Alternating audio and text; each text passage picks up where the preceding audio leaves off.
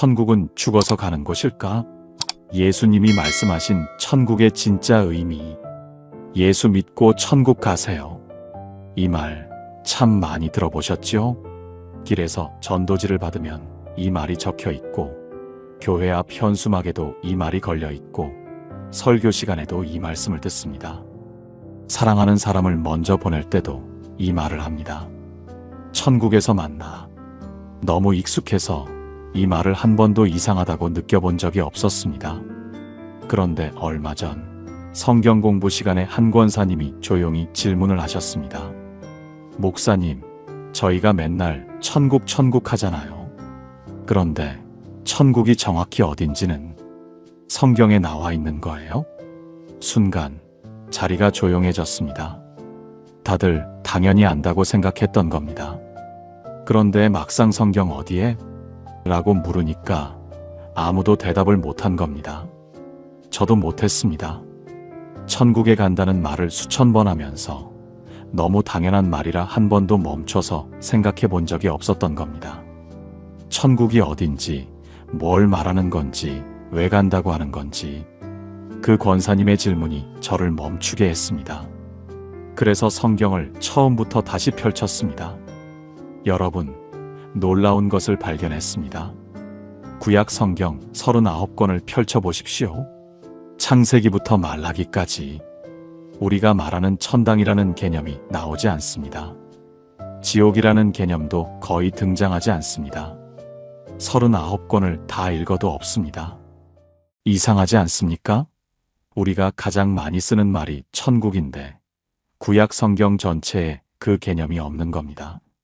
그러면 예수님이 회개하라, 천국이 가까웠다 하셨을 때 그 말씀을 듣고 있던 사람들은 이걸 어떻게 받아들인 걸까요? 죽으면 좋은 데 간다는 뜻으로 이해한 걸까요? 아닙니다. 전혀 다른 뜻이었습니다. 우리가 한 번도 생각해보지 못한 뜻이었습니다. 여러분, 혹시 이런 적 있으십니까? 사랑하는 사람을 먼저 보내는 자리에서 이 말을 하셨을 겁니다. 천국에서 만나자. 남편을 보내면서, 부모님을 보내면서, 가장 가까운 사람을 보내면서 그 한마디를 붙잡고 버텨온 날들이 있으셨을 겁니다. 그런데 어느 날 밤 문득 이런 생각이 올라옵니다. 천국에서 만나자고 했는데 나는 과연 갈 수 있는 걸까? 진짜 거기서 다시 만날 수 있는 걸까? 입 밖에 내진 못합니다. 이런 의심을 하는 것 자체가 죄인 것 같으니까요. 그래서 혼자 삼킵니다. 오늘 그 물음표를 내려놓으셔도 됩니다. 천국이라는 이 단어의 진짜 의미를 알게 되면 갈 수 있을까? 라는 질문 자체가 바뀝니다. 기도가 달라집니다.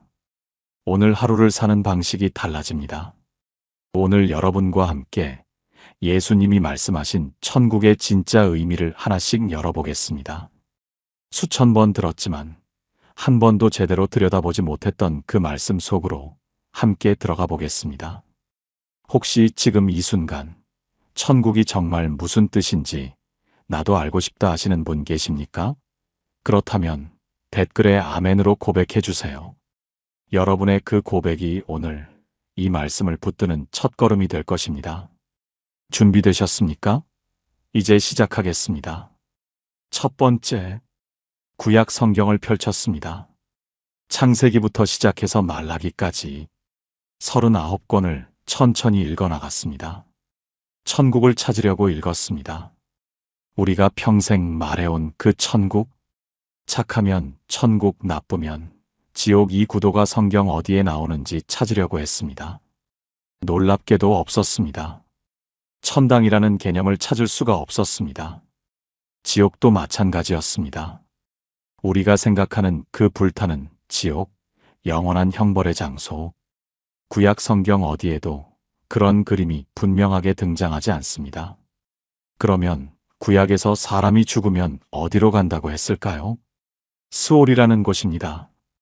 야곱의 이야기를 한번 보시겠습니까? 야곱에게는 12아들이 있었습니다. 그 중에서 가장 사랑한 아들이 요셉이었지요. 그런데 어느 날 형들이 요셉의 옷을 가져옵니다. 피가 묻어 있었습니다. 창세기 37장의 그 장면입니다. 야곱이 그 옷을 받아듭니다. 채색 옷, 직접 지어준 옷이었습니다. 아버지의 손으로 한 땀 한 땀 만들어준 그 옷이 피투성이가 되어 돌아온 겁니다. 야곱의 무릎이 꺾였습니다. 옷을 찢었습니다. 굵은 배를 허리에 두르고 오래도록 아들을 위해 애통했다고 성경은 기록합니다. 그리고 야곱이 한마디를 합니다. 내가 슬퍼하며 스올로 내려가리라. 창세기 37장 35절입니다. 여러분, 잘 들으십시오. 야곱은 천국에서 요셉을 만나겠다고 하지 않았습니다. 하나님 품에서 다시 보겠다고도 하지 않았습니다. 스올로 내려가겠다. 이것이 야곱이 한 말의 전부입니다. 스올. 이곳은 천국이 아닙니다. 지옥도 아닙니다. 선한 사람이든 악한 사람이든 죽은 자는 모두 스올로 갑니다. 위로도 없고 심판도 없고 의식도 없는 곳. 전도서 9장 5절은 이렇게 말씀합니다. 죽은 자는 아무것도 모르며 10절에는 이렇게 적혀 있습니다. 스올에는 일도 없고 계획도 없고 지식도 없고 지혜도 없다. 여러분, 이게 구약 성경이 말하는 죽음 이후의 세계입니다. 우리가 알고 있는 천국대의 지옥이 아닌 겁니다. 이 구도 자체가 구약 성경 39권 전체에 없는 겁니다. 여러분도 한번 떠올려 보십시오. 사랑하는 사람을 보낼 때 우리는 이렇게 말하지 않습니까? 천국에서 만나자. 하나님 품에서 편히 쉬세요. 이 말이 얼마나 큰 위로가 되는지 압니다. 이 말을 붙잡고 버텨온 밤이 얼마나 많은지 압니다. 그런데 야곱은 이 말을 하지 못했습니다. 아들을 잃은 아버지가 천국에서 만나자고 하지 못한 겁니다. 야곱에게는 천국이라는 개념 자체가 없었으니까요. 그저 어둠 속으로 스올로 내려가겠다고 했을 뿐입니다. 그러면 질문이 하나 생깁니다. 우리가 이렇게 당연하게 쓰는 이 말, 천국에서 만나자. 이것은 도대체 어디서 시작된 말일까요? 누가 이것을 유대인에게 가져온 걸까요? 그 답을 찾으려면 유대 역사에서 가장 큰 사건 하나를 알아야 합니다. 오늘 성경을 읽으실 때 천국이라는 단어가 나오면 한번 멈춰 보십시오.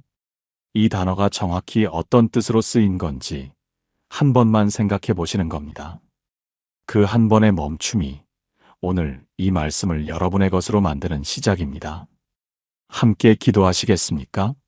하나님 아버지, 우리가 너무 당연하게 여기고 있던 것들 앞에서 멈추게 하여 주시옵소서. 성경이 정말로 무엇을 말씀하고 있는지 열린 마음으로 듣게 하여 주시옵소서. 야곱이 아들의 피 묻은 옷을 부여잡고 스올로 내려가겠다 했을 때 그 아버지의 가슴이 얼마나 아팠겠습니까? 천국에서 만나자는 한마디조차 할 수 없었던 그 어둠 속에서도 주님은 야곱을 붙잡고 계셨습니다. 지금 이 시간 말씀 앞에 앉아있는 여러분의 마음도 붙잡아 주시옵소서. 예수님의 이름으로 기도합니다. 아멘. 두 번째, 기원전 586년 예루살렘이 무너집니다. 바벨론의 느부갓네살 왕이 대군을 이끌고 쳐들어왔습니다. 성벽이 뚫렸습니다. 군사들이 밀려들어왔습니다.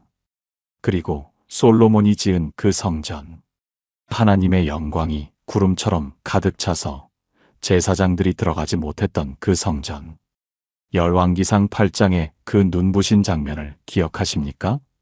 그 성전이 불에 탔습니다. 금으로 입힌 벽이 녹아내렸습니다. 지성소의 휘장이 타올랐습니다. 하나님의 임재로 가득했던 그 자리가 잿더미가 됐습니다. 유대인들은 줄줄이 포로로 끌려갑니다. 바벨론까지. 성전의 잔해를 등 뒤에 두고 시편 137편의 그 고백이 바로 이때 나온 겁니다. 바벨론의 여러 강변 거기에 앉아서 시온을 기억하며 울었도다. 강가에 앉아서 울었습니다. 고향을 생각하며 울었습니다. 불에 탄 성전을 생각하며 울었습니다. 여러분, 이것이 유대 역사에서 가장 큰 상처입니다. 하나님이 우리 편이시다. 이것이 유대인의 정체성이었거든요. 하나님이 우리를 택하셨다. 우리와 함께 하신다. 이것이 이 민족의 전부였습니다. 그 하나님의 성전이 불에 타고 그 하나님의 백성이 포로로 끌려간 겁니다. 하나님이 우리를 버리신 건가? 이 질문이 민족 전체를 짓눌렀습니다. 바벨론과 페르시아에는 유대인에게 없던 것이 있었습니다. 죽은 뒤의 세계에 대한 아주 정교한 이야기들이었습니다. 선한 사람은 죽어서 빛의 세계로 간다. 악한 사람은 어둠의 세계로 떨어진다. 마지막 날에 큰 심판이 있고 선과 악이 완전히 갈라진다. 유대인에게는 이런 이야기가 없었습니다. 구약에는 수올밖에 없었으니까요. 선한 사람이든 악한 사람이든 죽으면 똑같이 어둠 속으로 내려가는 것. 그것이 유대인이 알고 있던 전부였습니다. 그런데 바벨론에서 50년을 살았습니다. 한 세대가 아닙니다. 다음 세대가 태어나고 그 다음 세대가 또 태어납니다. 바벨론에서 태어나 바벨론 말을 배우고 바벨론의 이야기를 들으며 자란 아이들이 생긴 겁니다. 고레스 왕의 칙령으로 유대인이 고향에 돌아옵니다. 느헤미야가 성벽을 다시 쌓고 에스라가 율법을 다시 읽습니다. 그런데 돌아와서도 상황은 크게 다르지 않았습니다. 페르시아가 통치했습니다. 그 다음에는 그리스가 왔습니다. 알렉산드로스 대왕이 지중해 전체를 집어삼키면서 헬레니즘 문화가 온 세상을 덮었습니다. 그리스에도 하데스라는 것이 있었지요. 죽은 자들이 머무는 저승의 세계.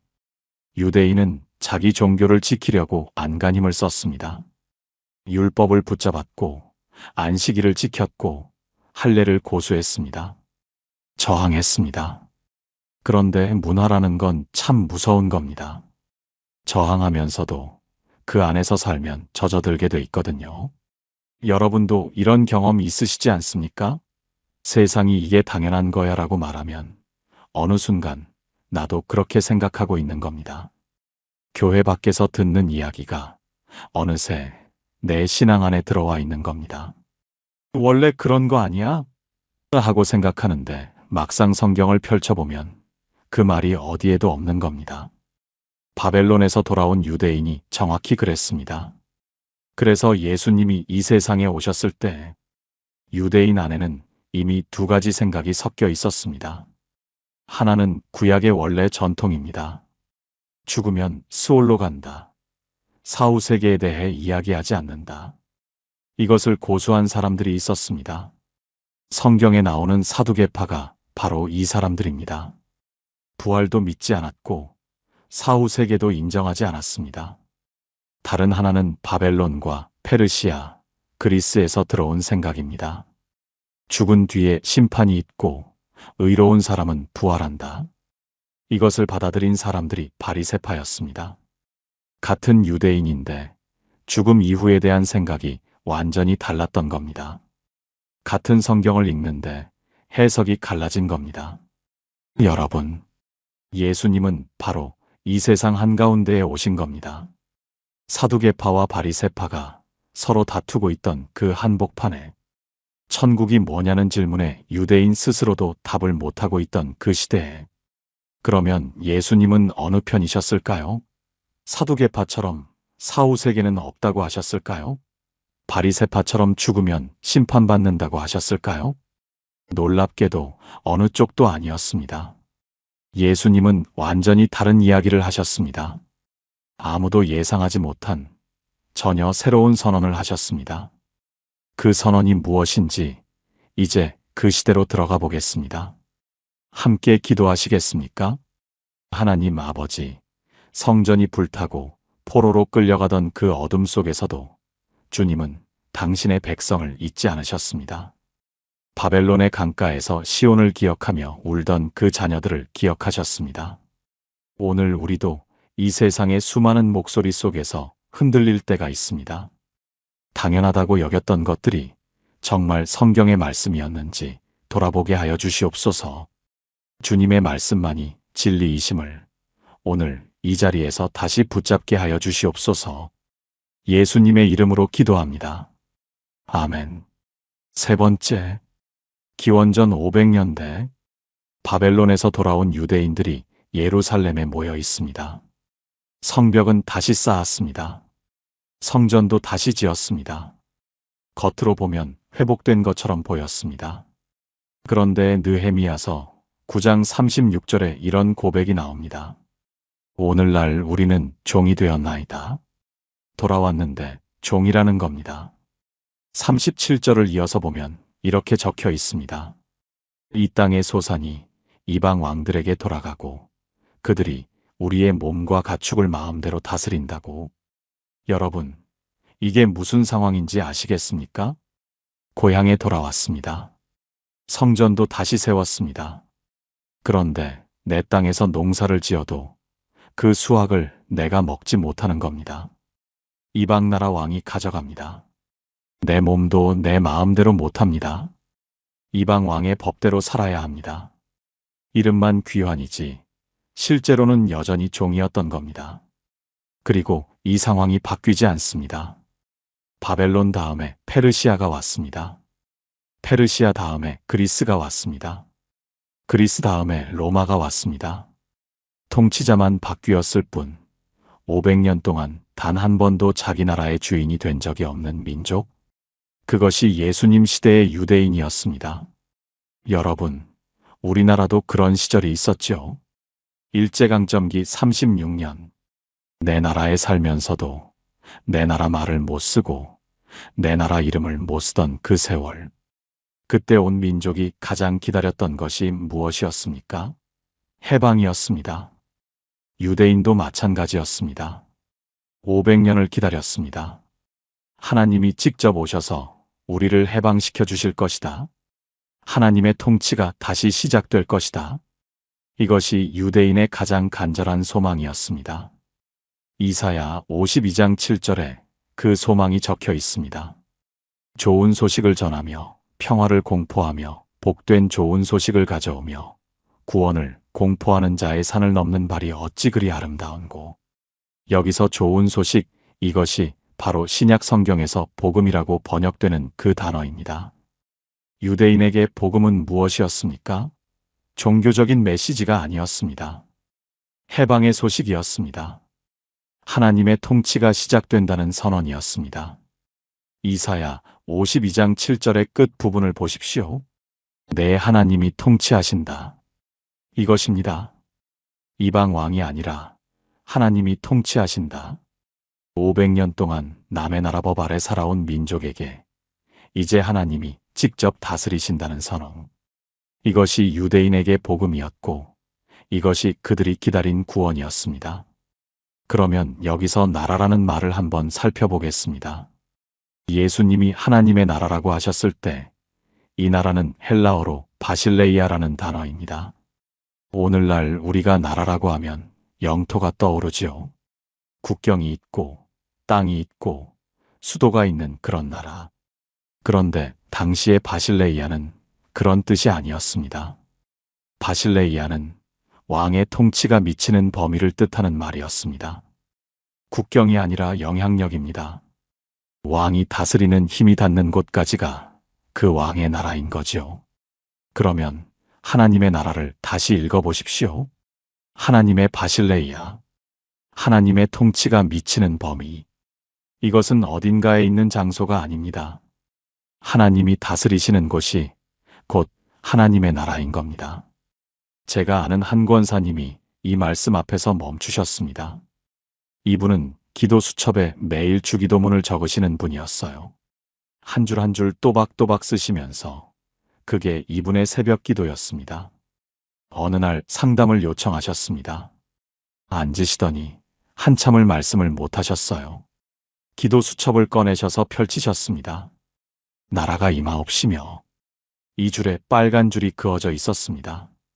목사님, 저는 이 기도를 40년 넘게 드렸어요. 말을 멈추셨습니다. 손으로 수첩을 만지작거리셨습니다. 그런데 이 나라가 뭔지 한 번도 생각해 본 적이 없었어요. 그냥 하늘에 있는 좋은 데라고만 생각했어요. 40년을 기도했는데 뭘 기도한 건지 모르겠어요. 목소리가 떨리고 있었습니다. 부끄러운 게 아니었습니다. 억울한 거였어요. 그렇게 열심히 기도했는데 자기가 뭘 기도하고 있었는지 몰랐다는 게 억울하신 거였습니다. 여러분, 이분만 그런 게 아닙니다. 주기도문을 수십 년째 외우고 계신 분, 새벽 기도 때마다 드리고 수요 예배 때마다 드리고 주일마다 드리시는 분, 그런데 나라가 임하옵시며를 드릴 때 그 나라가 정확히 무엇인지 한 번도 생각해 보신 적이 없는 분, 괜찮습니다. 저도 그랬으니까요. 그런데 오늘 이 말씀을 들으신 후에는 주기도문이 달라지실 겁니다. 나라가 임하옵시며를 드리실 때 이제는 이렇게 기도하실 수 있습니다. 하나님, 당신의 통치가 내 삶에 임하게 하여 주세요. 내 가정에, 내 관계에, 내 오늘 하루의 주님이 왕이 되어 주세요. 이 기도 한 줄이면 충분합니다. 오늘 밤 주기도문을 드리실 때 나라가 임하옵시며 이 한 줄에서 멈춰 보십시오. 그리고 마음속으로 이렇게 고백하시는 겁니다. 주님, 오늘 내 삶의 왕이 되어 주세요.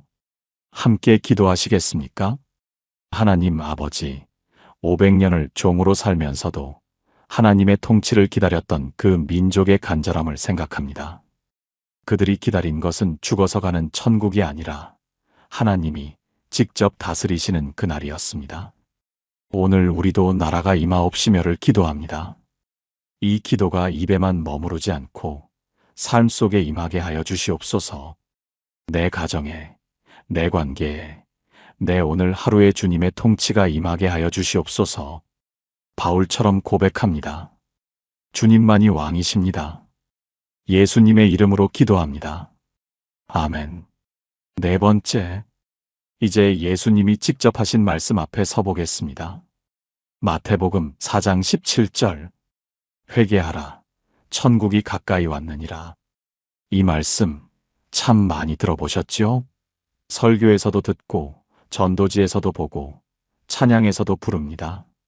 그런데 이 말씀을 들었을 때 여러분의 머릿속에 어떤 그림이 떠오르셨습니까?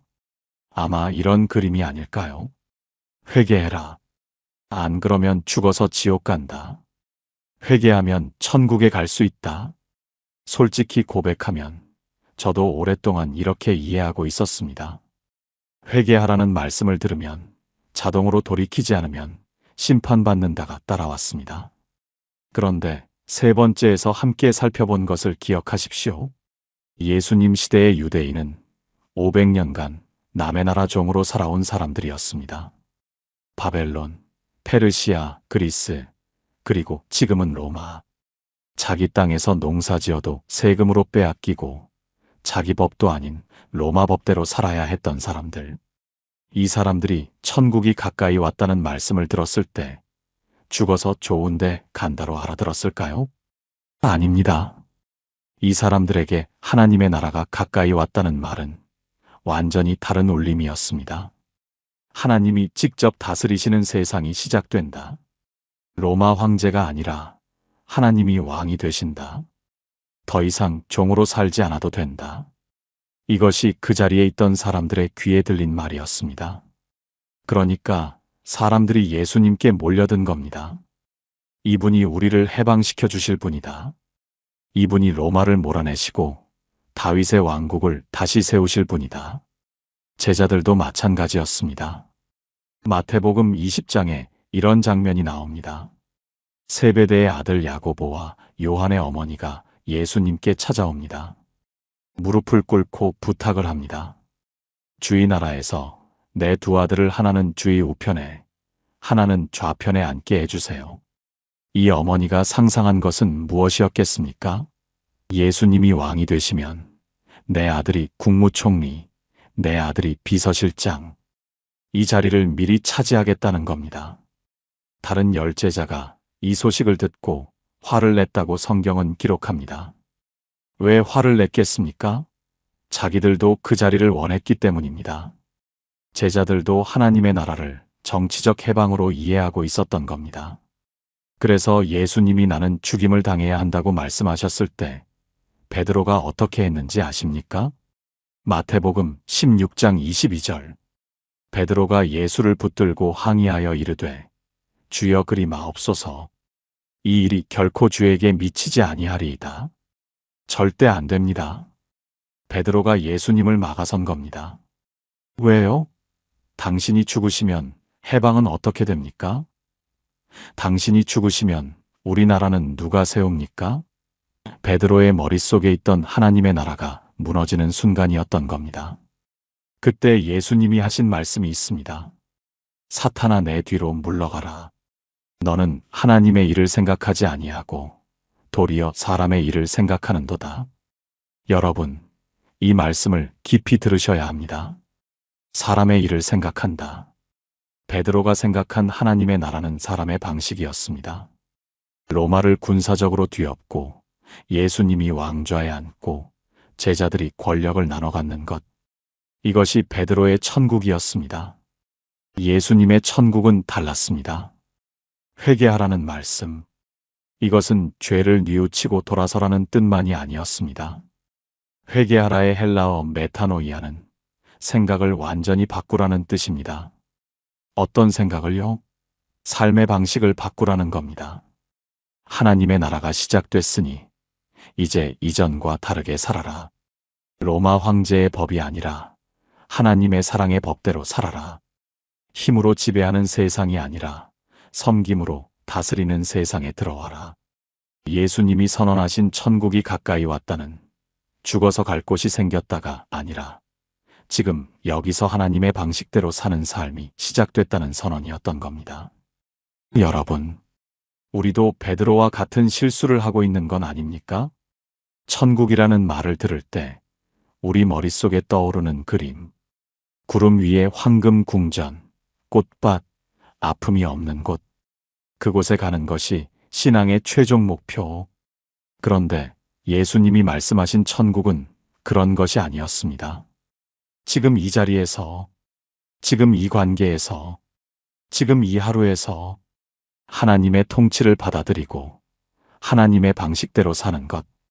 이것이 예수님이 선언하신 천국이었습니다. 그러면 여기서 질문이 하나 더 생깁니다. 예수님이 말씀하신 천국이 지금 여기라면 예수님이 말씀하신 지옥은 무엇이었을까요?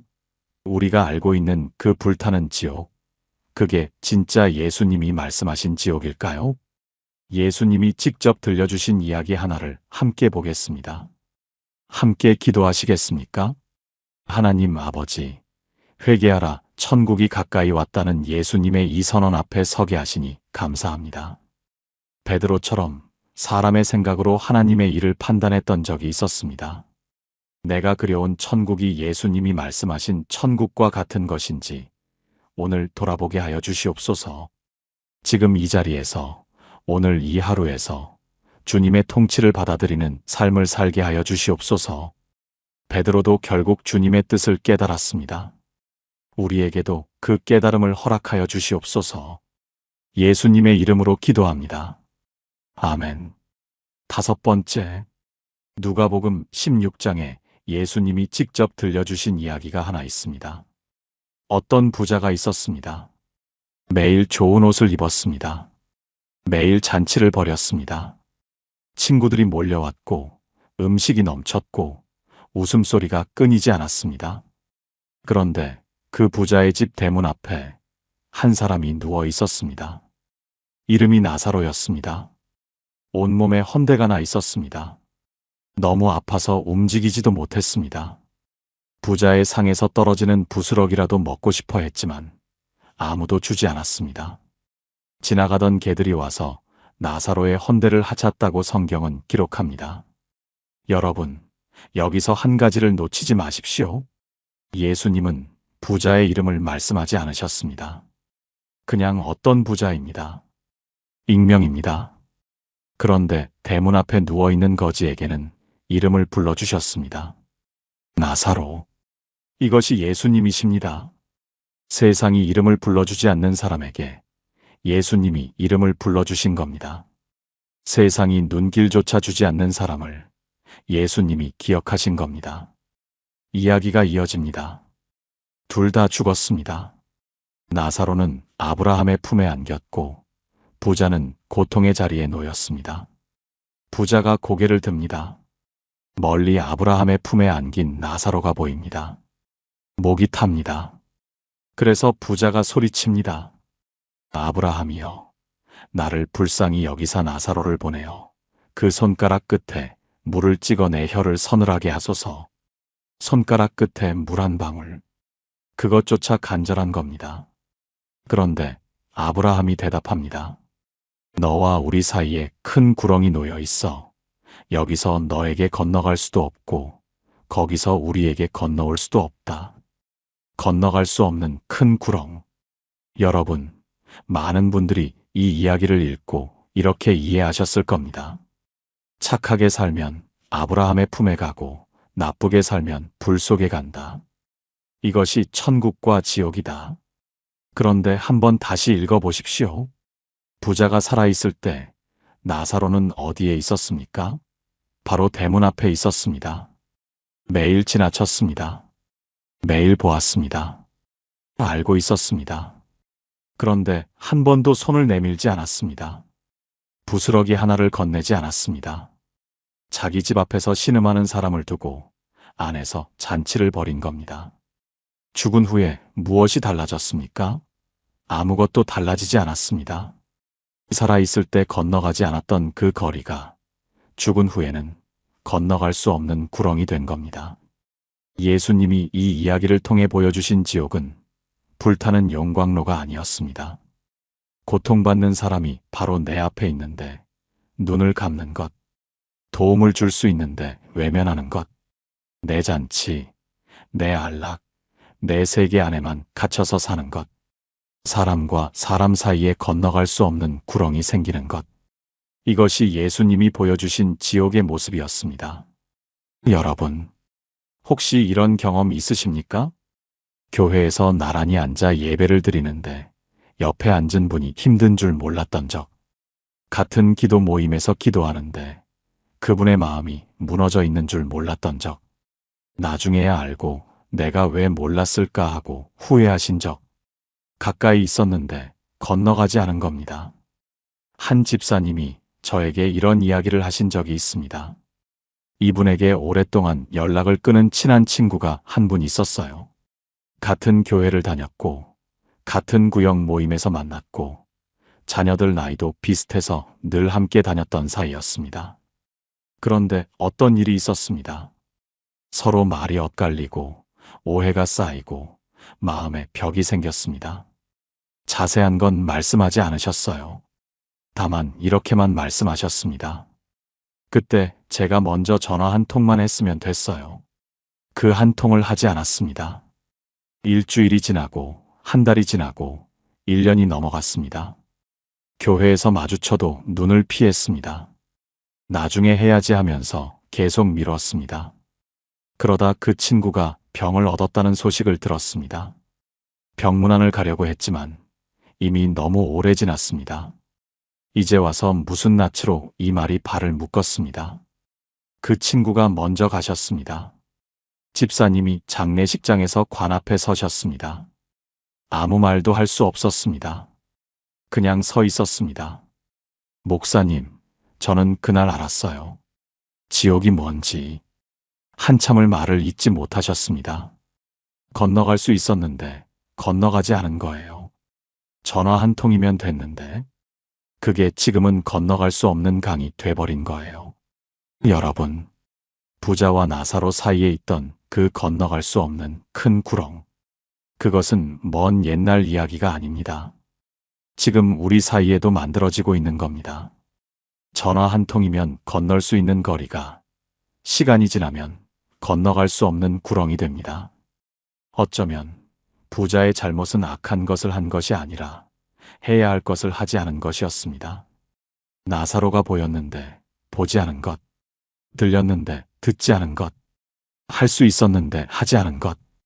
예수님이 말씀하신 지옥은 죽어서 떨어지는 곳이 아니라 지금 이 자리에서 만들어지는 것이었습니다.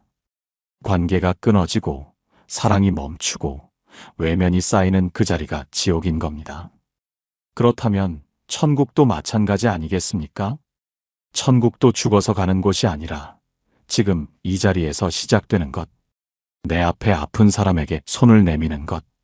눈을 감지 않고 그 사람의 이름을 불러주는 것. 예수님이 나사로에게 하셨던 것처럼 오늘 여러분의 주변을 한번 둘러보십시오. 내 곁에 나사로가 있지는 않습니까? 입 밖에 내지 못하고 혼자 아파하는 사람이 있지는 않습니까? 오늘 그 사람에게 먼저 전화 한 통을 해보십시오. 요즘 어떠세요? 이 한마디면 됩니다. 그 한 통의 전화가 건너갈 수 없는 구렁이 되기 전에 건너가는 다리가 됩니다. 혹시 지금 이 이야기를 들으면서 마음에 떠오르는 사람이 있으십니까? 내가 외면하고 있었던 사람, 내가 먼저 손 내밀어야 할 사람이 있으십니까? 그렇다면 댓글에 주님, 제 눈을 열어주세요라고 고백해 주십시오. 여러분의 그 기도를 하나님이 들고 계십니다. 함께 기도하시겠습니까? 하나님 아버지, 부자의 대문 앞에 나사로가 누워 있었습니다. 매일 보았는데 보지 않았습니다. 매일 지나쳤는데 멈추지 않았습니다. 우리도 그랬던 적이 있었습니다. 내 곁에 아픈 사람이 있었는데 내 잔치에 바빠서 외면한 적이 있었습니다. 주님, 제 눈을 열어주시옵소서. 내 앞에 있는 나사로를 볼 수 있게 해주시옵소서. 예수님처럼 이름을 불러줄 수 있는 사람이 되게 하여 주시옵소서. 예수님의 이름으로 기도합니다. 아멘. 6번째, 여러분, 천국이 가는 곳이 아니라 임하는 것이라면, 지옥이 떨어지는 곳이 아니라 만들어지는 것이라면, 그러면 성경에 나오는 그 장면은 어떻게 이해해야 할까요? 세상이 불로 타서 없어진다는 그 말씀 말입니다. 베드로후서 3장 10절. 많은 분들이 이 구절을 읽고 이런 그림을 떠올리셨을 겁니다. 마지막 날에 하늘에서 불이 내려와 세상을 태워버린다. 이 세상은 다 사라지고 완전히 새로운 세상이 만들어진다. 지금 사는 이 세상은 어차피 없어질 세상이니까 천국만 바라보며 살면 된다. 이렇게 이해하신 분 많으시죠? 그런데 여기에 놀라운 사실이 하나 있습니다. 성경 원문은 손으로 쓴 사본들로 전해져 내려왔습니다. 오랜 세월 동안 수많은 필사자들이 한 글자 한 글자 베껴 쓴 겁니다. 그 중에 먼저 발견된 사본이 있고 나중에 발견된 사본이 있습니다. 베드로후서 3장 10절도 마찬가지입니다. 먼저 발견된 사본에는 이렇게 적혀 있었습니다. 땅과 그 중에 있는 모든 일이 불타 없어지리라. 그래서 초기 번역 성경들은 이 사본을 따라 불타 없어질 것이다 라고 번역했습니다. 우리가 읽어온 그 번역입니다. 그런데 후대에 더 오래된 사본이 하나 발견됐습니다. 먼저 발견된 것보다 더 앞선 시기에 쓰인 사본이었습니다. 그 사본에는 불타 없어지리라가 아니라 전혀 다른 단어가 적혀 있었습니다. 드러나리라. 불타 없어지는 것이 아니라 드러나는 것이었습니다. 글자 하나 차이입니다. 그런데 의미는 완전히 달라지는 겁니다. 불타 없어진다면 이 세상은 폐기 대상입니다. 다 태워버리고 완전히 새 것으로 교체하는 겁니다. 드러난다면 이 세상은 회복 대상입니다. 불은 태우는 것이 아니라 가려져 있던 것을 밝히는 겁니다. 숨겨져 있던 진실을 드러내는 겁니다. 베드로전서 1장 7절을 보면 더 분명해집니다. 너희 믿음의 확실함은 불로 연단하여도 없어질 금보다 더 귀하여. 여기서도 불은 금을 태워 없애는 것이 아니라 금 안에 섞인 불순물을 드러내서 순금으로 만드는 겁니다. 불의 역할이 소멸이 아니라 정제인 겁니다. 파괴가 아니라 드러냄인 겁니다. 그러면 새 하늘과 새 땅은 어떻게 읽어야 할까요? 요한계시록 21장 1절. 새 하늘과 새 땅을 보니. 많은 분들이 이 말씀을 이 세상은 다 없어지고 완전히 다른 새 세상이 온다고 이해하셨을 겁니다. 그런데 성경에서 새롭다는 말은 이전 것을 버리고 완전히 다른 것으로 바꾼다는 뜻이 아닙니다. 예수님이 제자들에게 이렇게 말씀하신 적이 있습니다. 새 계명을 너희에게 주노니 서로 사랑하라. 요한복음 13장 34절입니다. 이 새 계명은 이전 계명을 폐기하고 완전히 다른 것을 주신 걸까요? 아닙니다. 하나님을 사랑하고 이웃을 사랑하라. 이것은 구약에도 있던 계명입니다. 예수님은 그 계명을 없앤 것이 아니라 새롭게 회복하시고 완성하신 겁니다. 새 하늘과 새 땅도 마찬가지입니다. 이 세상을 폐기하시고 전혀 다른 것을 만드시는 게 아니라 이 세상을 회복하시고 새롭게 하시는 겁니다. 여러분, 혹시 이런 생각하신 적 있으십니까? 이 나이에 뭘 새로 시작해? 어차피 얼마 안 남았는데. 내 인생은 이미 다 지나갔어. 이제 와서 뭘 바꿔? 그냥 천국 가면 되지. 여기서 뭘 더 어쩌겠어. 이 말씀 속에 담긴 마음을 압니다. 지쳐서 하시는 말씀인 것도 압니다. 그런데 여러분, 하나님이 이 세상을 폐기하시는 분이 아니라 회복하시는 분이라면요.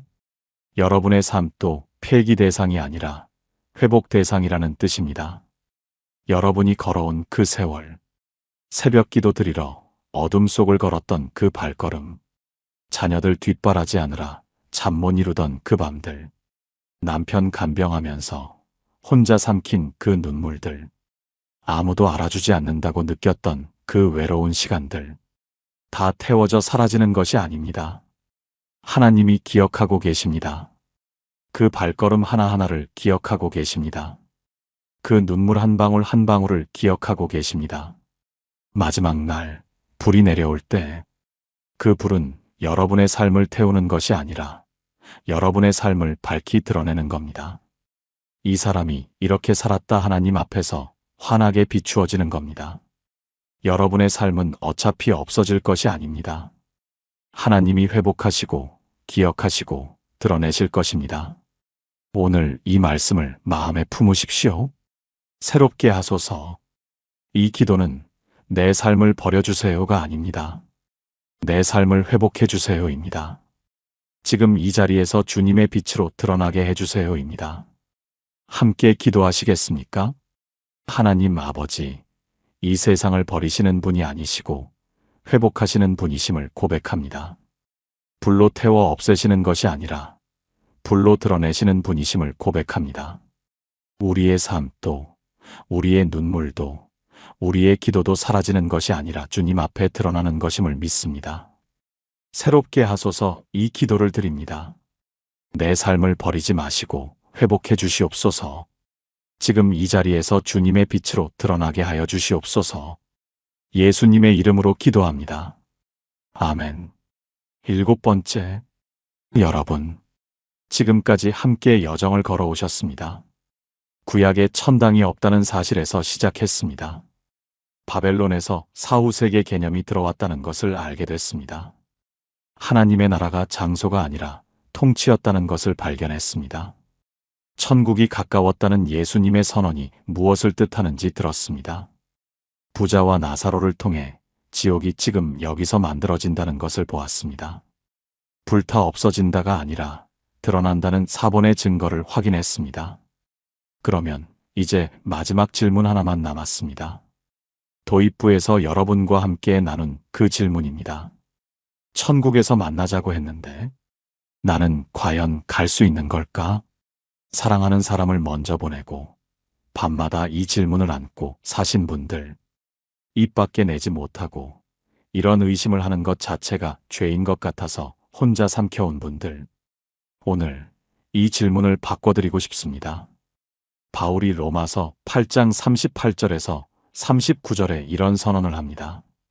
내가 확신하노니 사망이나 생명이나 천사들이나 권세자들이나 현재일이나 장래일이나 능력이나 높음이나 깊음이나 다른 아무 피조물이라도 우리를 주 예수 그리스도 안에 있는 하나님의 사랑에서 끊을 수 없으리라.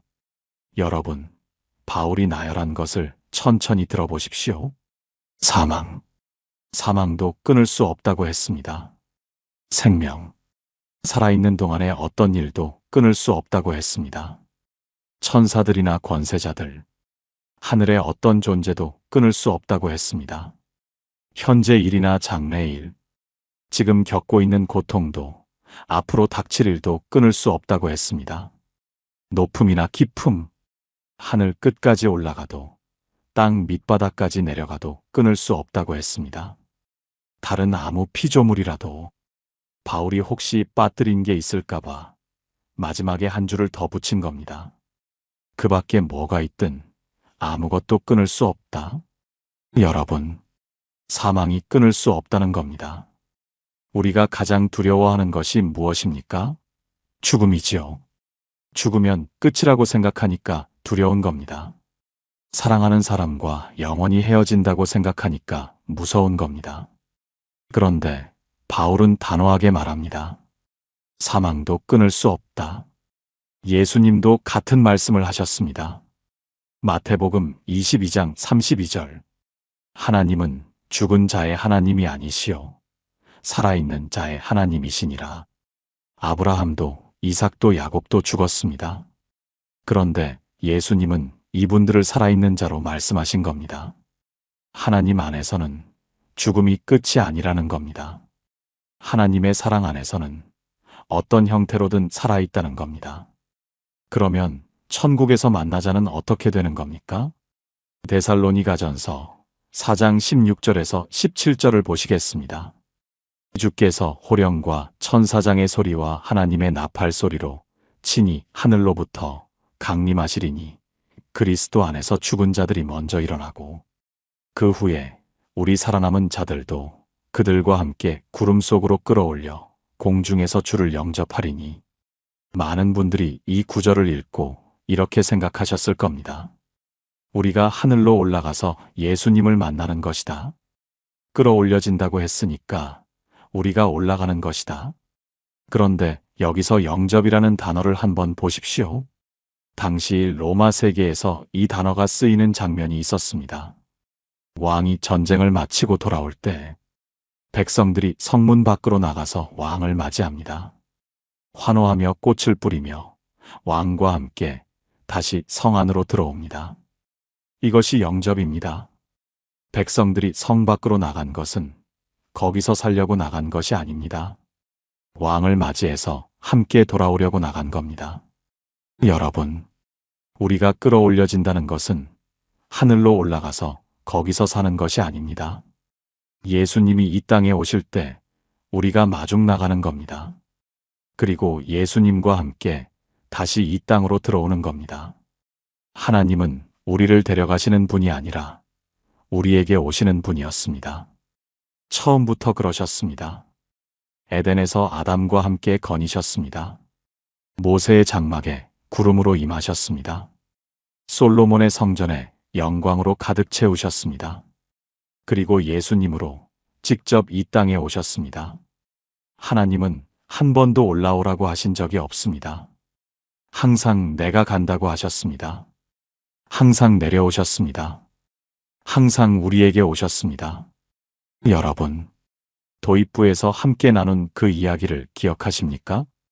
천국에서 만나자고 했는데 나는 과연 갈 수 있는 걸까? 밤마다 이 생각에 잠 못 이루시던 분들, 이제 그 질문을 내려놓으셔도 됩니다. 천국은 여러분이 힘겹게 올라가야 하는 곳이 아니었습니다. 하나님이 여러분에게 내려오시는 것이었습니다. 하나님의 사랑이, 하나님의 통치가, 하나님의 임재가 지금 이 자리에 임하는 것. 이것이 예수님이 말씀하신 천국이었습니다. 그리고 그 사랑은 사망도 끊을 수 없습니다. 여러분이 먼저 보낸 그 사람, 하나님의 사랑 안에 있습니다. 여러분도 하나님의 사랑 안에 있습니다. 그 사랑이 끊어진 적은 단 한 번도 없었습니다. 그리고 앞으로도 영원히 끊어지지 않을 것입니다. 갈 수 있을까? 가 아닙니다. 이미 와 계십니다. 지금 이 순간에도 하나님은 여러분 곁에 계십니다. 여러분의 그 기도를 듣고 계십니다. 여러분의 그 눈물을 보고 계십니다. 여러분의 이름을 부르고 계십니다. 오늘 밤 잠들기 전에 이 기도 한 줄만 드려보십시오. 하나님, 지금 여기서 주님의 나라를 살게 하소서. 이 한 줄이면 충분합니다. 천국은 이미 여러분 곁에 와 있으니까요. 함께 기도하시겠습니까? 하나님 아버지, 사망이나 생명이나 천사들이나 권세자들이나 현재 일이나 장래일이나 능력이나 높음이나 기품이나 다른 아무 피조물이라도 우리를 주 예수 그리스도 안에 있는 하나님의 사랑에서 끊을 수 없다고 바울은 선언했습니다. 오늘 우리도 이 선언 앞에 섭니다. 사망도 끊을 수 없는 사랑으로 우리를 붙잡고 계신 하나님, 하늘에서 내려오셔서 우리와 함께 거하시는 하나님, 에덴에서 아담과 거니셨던 그 발걸음이 지금도 우리 곁에 있음을 믿습니다. 먼저 보낸 사랑하는 이들도 주님의 사랑 안에 있음을 믿습니다. 갈 수 있을까 두려워했던 그 마음을 내려놓습니다. 주님이 오시는 분이심을, 주님이 임하시는 분이심을 오늘 고백합니다. 지금 여기서 주님의 나라를 살게 하여 주시옵소서. 예수님의 이름으로 기도합니다. 아멘. 통합기도문. 사랑하는 여러분, 지금까지 함께 긴 여정을 걸어오셨습니다.